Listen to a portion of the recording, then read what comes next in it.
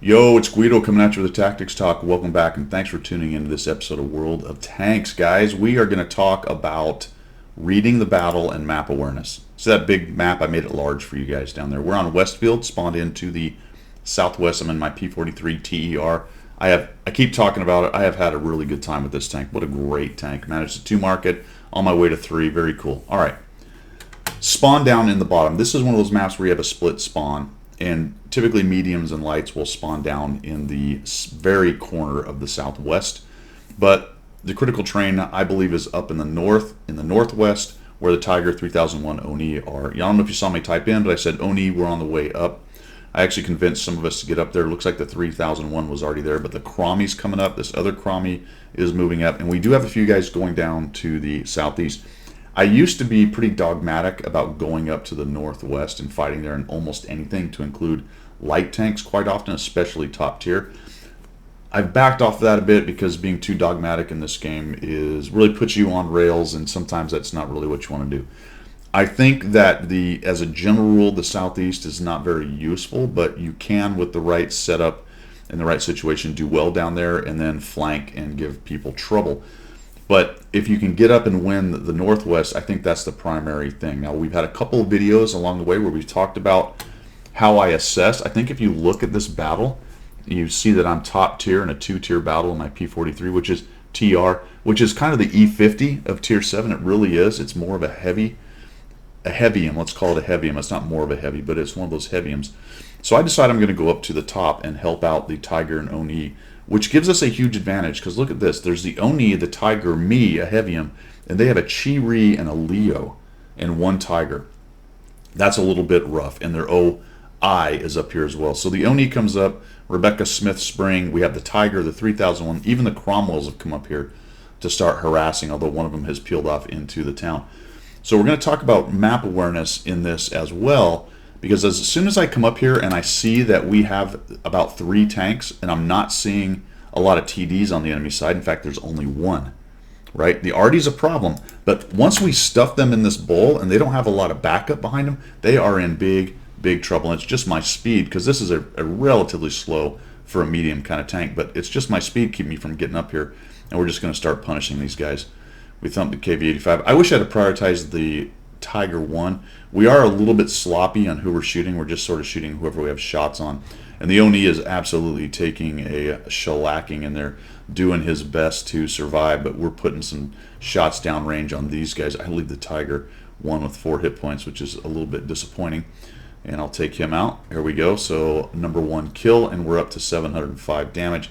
The KV-85 gets hammered. We'll go ahead and zoom in here. One of the weaknesses of this tank is it does take a little while to zoom in, and the dispersion isn't great. It's not terrible, but it isn't great.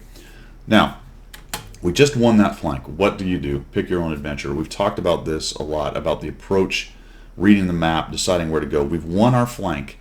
There is no reason to go zinging down here into this flat, all right? Out here in this area here on the map, heading down here, because there's going to be dudes, and I can see them already on the map. That's the map awareness part. I look at the map and I go, all right, I know if I go down through this flat, I'm just asking to be shot up. The Tiger kind of does it. You just really need to avoid that. I win a flank, I go steaming towards their cap. This is not one. We had a nice fight up here, and we did a nice job, but we've lost a Cromie and an Oni and the JP. All right, we did take out their Tiger and KV-85, but where's the Chi-Ri and the Leo and the T20? Those are all problems, as well as the Super Hellcat, which we just kind of spanked. And I can see that the southeast is having a little trouble. At the end of this, when I got done with the battle, and I went over to my YouTube page to check comments and do some things, because I like to check and chat back with you guys. Somebody on the other team is actually one of y'all, all right? And I think it's the 3045 Vitali, I believe, Vitali Rudik. And he said, hey, nice job on that game. I was the last guy you killed. And he mentioned something about, I kind of figured you would go up to the north there, and I thought we really needed to push pretty hard down in the southeast to counter that. And that really is quite true. If you see that happening on the red team, then as you're analyzing it, you got to go, man, we got to win down here. But the problem is now they have very little map control. All right, the Tiger 1 was able to push in. I don't think he's going to last very long doing that, because he's taking a lot of aggro from across the map. And for the moment, based on what I'm seeing, I can't just go zinging down here and start climbing the hill because there's guys behind. They're all kind of around the hill. We're holding pretty well in the south. That's a good thing. But while we have good map control, we have to be a little bit careful. And for right now, and you'll notice the way I came around is instead of going through the flat like the Tiger, I came back around through the town, then moved into the bottom edge of it because I knew I would start getting shots on these guys down here. That's the map awareness thing, paying attention to it, gobbling up the real estate you can get, and then looking for shots on guys hanging out back here. I have a lucky shot there, actually, but I'll take it. I thought potentially going off to the left and going after the Leo and the 3045, but why wouldn't I want to do that? Well, because it's exposed to all their other guys, and there's still 3 enemy artillery to deal with. So I don't really want to be the guy that all of their team and their artillery is focusing on.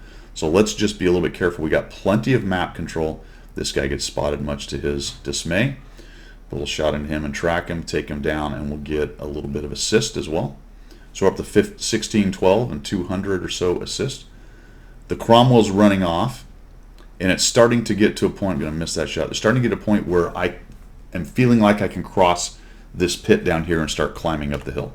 Not quite yet. I'm looking at it. All right, what's going on? There goes the Cheery. All right, very good. So that was, I don't know if you noticed, but that was the red dot that was right here. Right? So that's now rolling up this part of the map. They no longer have control of that part of the map as far as vision. There's 2 stuck on this back edge. There's several up in here. There's a couple unaccounted for. There's a dot right there of one of them. But I should be able pretty much now to dive down into the bottom and cross over. Now I might get spotted, but the faster I get down here and tuck up underneath the cliff, the less shots they'll have. They do have a couple guys up there with pretty good gun depression. I sort of figured I might take at least 1 hit in there, but it doesn't look like anyone shot at me. So we'll cross across. They didn't have a shot, or they weren't willing to expose themselves. And this is what I'm looking for, is potential shots.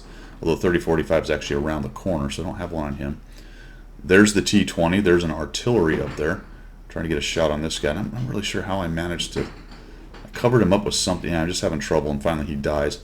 There goes our scout. You can see the CMCD is still up there. I thought about going the scout way, and I went, no, that CMCD will cause me trouble. I'm actually going to fade back this way. We'll come up and see if we can take the T20, but the 1357's taking that guy down, then get some help probably from across the way. So the 1357 and myself are over here starting to look for assist damage and our own damage. All right, that's the map awareness. That's paying attention to the battle, seeing how it's flowing instead of just sitting back like the Thunderbolt or the Rudy. Now they may have a reason to. The Rudy has a pretty good reason to. He has no hit points, so that's probably not a bad call on his part. I'm looking over here and I'm seeing the 3000 and a 50-2. I ignore that. Sometimes that's a problem. As a general rule, I don't ignore things like that. I go make sure it happens, but it seemed to me the 3002 should have probably the T50-2 sorted, and we're starting now to see the collapse on the enemy team. I'm going to get hit a couple times by this guy. This is where the bad... Yeah, and I'm just sort of spazzing out with my control here. He's doing a pretty nice job moving. Then I get stunned, so we'll fix that. Looking for that dude. Not really a great sequence for me on trying to shoot this guy. Just a couple bad shots, which really suck. 1357 gets in there into a bush, and he's hiding out. I just cannot make this shot on the... I cannot get a shot on the CMCD and make him die. There we go. No. So he gets away. And now we really have them stuffed into the corner. Although we've kind of lost control a bit of the north side of the map, so something could sneak through. Cromwell B is fast. And we have no eyes down there. 1357 is in there, but there's so many bushes it's hard to see. Once the 71 CMCD goes away, I am a lot more comfortable with moving. Although I see him. There it is, old Vitali. He does a nice job shooting the 1357. And he's hiding behind that rock there, so I still need to be careful. I don't want to go raging down there. Have a Cromwell, a 3045, and an artillery hit me. But I see that artillery shot going, which means he's in a lot worse shape. The 3002, all right, this is map awareness, guys. The 3002 is moving up down below. All right, so now there's 2 of us moving in. This guy, I think the 3001's finally on his way. No, he's sort of sitting up there for some reason. Probably worried about the 3485, and the Thunderbolt's in position. Although he's becoming a little bit out of position. There, he's starting to move forward. So the 3002 and myself, plus 3 artillery, are going to run in here.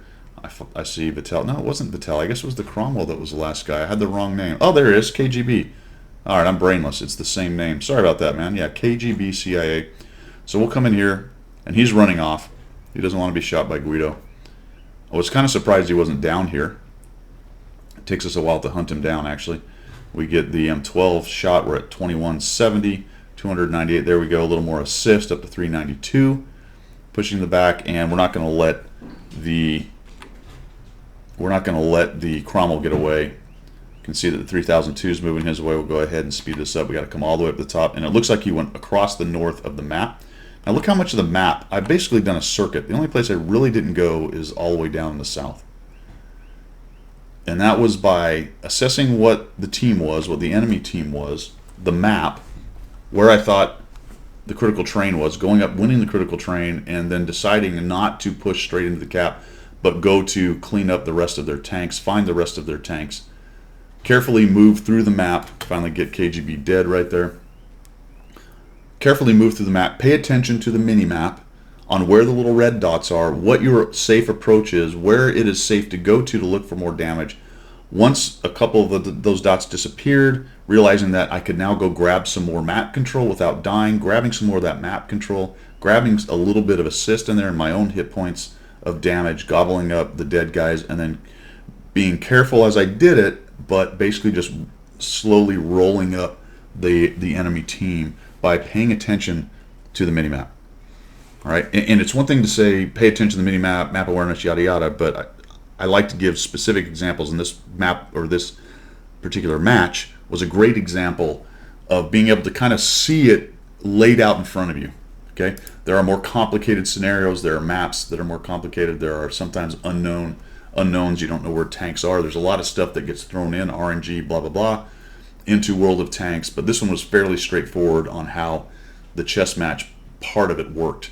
So I think it was a good illustration for watching that, and it's careful aggression, right? I think in the past I would have been a little more YOLO, maybe go straight through that field in the middle and try to go after Artie or whatever it was, but with a little bit more careful aggression, still being up front, getting the damage, you can start to really rack up that damage and the wins. All right, guys, I appreciate you coming by. Thanks for tuning in. KGB, appreciate it. I might get his replay and add it to the end if the video just ends and I didn't have his replay. That's all I've got for today. We will see you.